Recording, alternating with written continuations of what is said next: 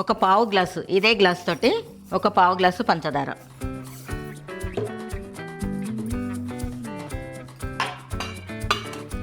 ఇప్పుడు మనం ఈ మజ్జిగని చక్కగా చిలుక్కోవాలి. ఈ పంచదార పూర్తిగా కరిగేంత వరకు గిలకొట్టాలి.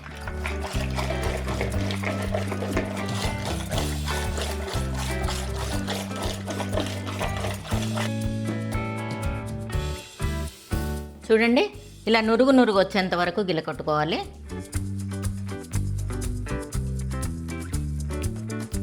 దీన్ని ఇప్పుడు మనం ఈ 3 గ్లాసుల్లో పోసేసుకుందాం.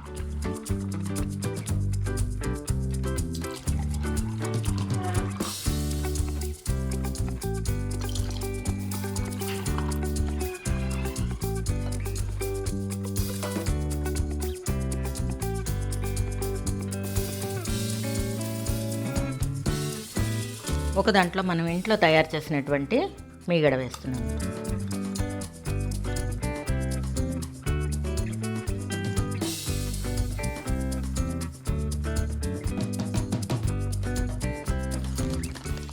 దీనిపైన కొద్దిగా టూటీ ఫ్రూటీ ముక్కలు,